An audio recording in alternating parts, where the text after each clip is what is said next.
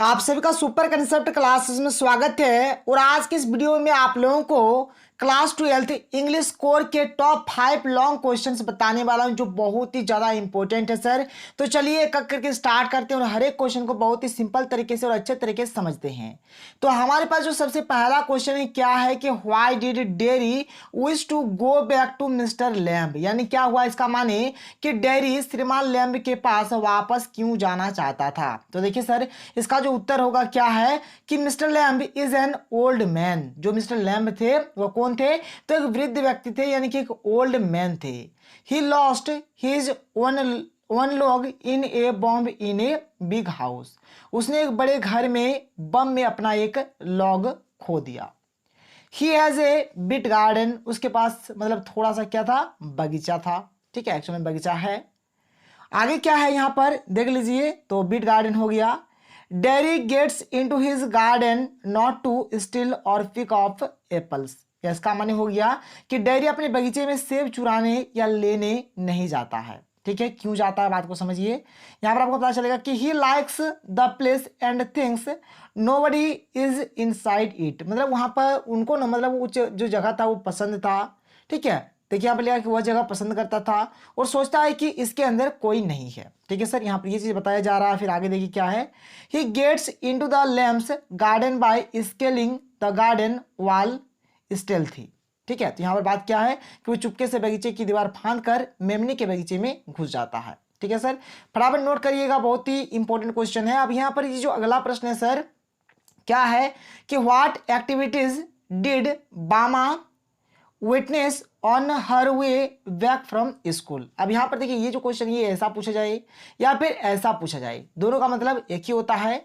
और यहां पर ये जो है सर, मतलब दोनों का मतलब जो भी होता है, लेकिन आपको आंसर यही लिखना है। ठीक है, अब यहां पर देख लीजिए, यहां पर इसका जो है सर, ये जो क्वेश्चन इसका जो मतलब होता है क्या होता है कि बामा को पहली बार अपने समुदाय के लोगों द्वारा झेले जा रहे सामाजिक भेदभाव के बारे में कब पता चला। तो देखिए सर, इस क्वेश्चन का जो आंसर होगा, इस आंसर को हम लोग डिस्कस करते हैं। देखिए क्या है यहाँ पर कि Bama was in the 3rd standard and she used to walk from her school to her home. देखिए सर, यहाँ पर जो बामा है वह कौन है सर?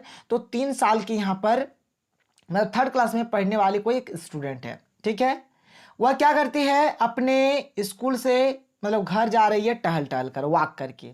फिर आगे क्या कि one day she saw an elderly man carrying a small packet that content some eatables. यहाँ पर बात क्या हो रहा है कि एक दिन का बात है, वह क्या करता है, एक आदमी को देखता है जो अपने हाथ में एक मतलब बैग लिए हुए है, मतलब कुछ उसमें खाने का सामान है।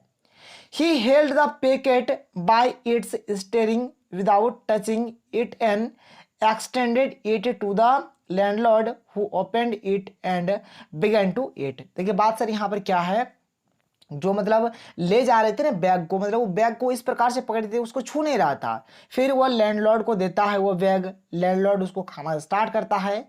She thought it was something funny but unknown her elder brother told her that the man was not being funny and he was in fact from a low caste because of which he couldn't touch the food packet। देखिए sir, यहाँ पर क्या बोला जा रहा है कि जो यहाँ पर जो लैंडलॉर्ड है वो तो खाना शुरू करने ही वाला था, उससे कुछ चल भाई कुछ भी फनी है दे रहा हमें। ठीक है, तो उनका जो भाई होता है अन्नान, वो बोलता है कि नहीं ये लो कास्ट का है, इसको मत खाओ। तो बस यहाँ पर वही चीज बताया जा रहा है। चलिए आगे देख लीजिए, अगला प्रश्न यहाँ पर जो है हमारे पास क्या है, क्वेश्चन नंबर 3 कि what were the options that Sophie was dreaming of after school.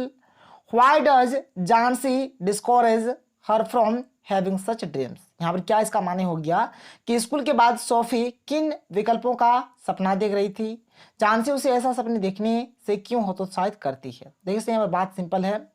यहाँ पर एक्चुअल में जो सोफी है, सोफी मतलब क्या, मतलब सोफी का जो फर्स्ट चॉइस है वो बुटीक मतलब बनना चाहती है। If she couldn't raise the money for that, she would be a manager.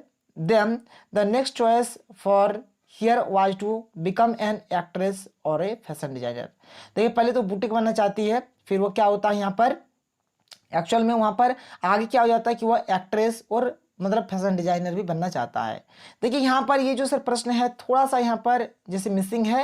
यहाँ पर इसका जो मतलब आंसर जो हो जाएगा कि व्हाई डज क्या है Jansie discourage her from having such dreams, इस चीज़ को आप लोग लिख लीजिएगा। तो यहाँ पर मैंने आपको बता दिया कि यहाँ पर इसका एक्चुअल में आंसर क्या था। ऊपर वाले का मैंने आपको बता दिया, ये वाला आप लोग खुद से ढूंढ लीजिएगा, ठीक है, क्योंकि इसका लंबा थोड़ा आंसर होने वाला है, आप लोग कर लीजिएगा। अगला प्रश्न क्या किया, हाउ डिड बामा लर्न अबाउट क्या है अनटचेबिलिटी एंड कास्ट सिस्टम, मतलब जो बामा है, ठीक है, बामा को मतलब बामा ने छुआछूत और जाति व्यवस्था के बारे में कैसे सीखा, उनको कैसे पता चला ये छुआछूत और जाति व्यवस्था के बारे में। देखिए सर क्या है कि he said that it was because of the caste system and that the society was divided into upper and lower caste.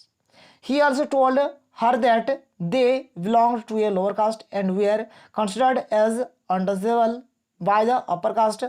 ठीक है सर, यहाँ पर जैसे क्या बोल रहे हैं, उन्होंने कहा कि यह जाति व्यवस्था के कारण था और समाज उच्च और निम्न जातियों में विभाजित था। जाहिर सी बात है, जो हमारा समाज है वह मतलब अपर कास्ट और लोअर कास्ट में डिवाइड है। उसने उसे यह भी बताया कि वो एक निचली जाति के थे, मतलब बताया गया कि जो बामा है वो एक निचली जाति के है और उन्हें उच्च जाति द्वारा अछूत माना जाता है, जो कि सर यहाँ पर साफ साफ बोला जा रहा है कि मतलब ये जो है अनटचेबल है बाय द अपर कास्ट।